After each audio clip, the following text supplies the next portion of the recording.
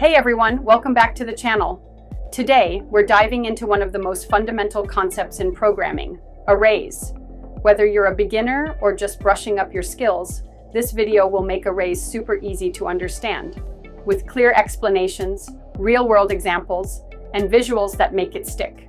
So, grab your notebook, hit that like button, and let's decode arrays. First of all, what is an array? An array is a collection of items or data stored in contiguous memory locations. Now, imagine you're helping your teacher record the marks of 50 students after a test. You could create 50 separate variables like Mark 1, Mark 2, Mark 3, but that's a nightmare to manage.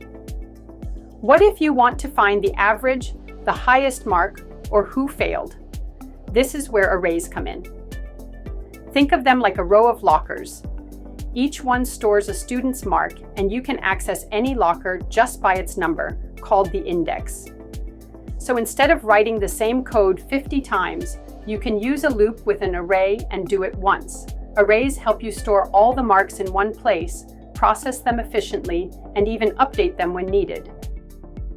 Without arrays, organizing and analyzing data like this would be messy and time-consuming. That's why arrays are the backbone of handling structured, repeatable data in programming. Please subscribe to my YouTube for more content. If you want to declare an accessor more, please comment. Thank you.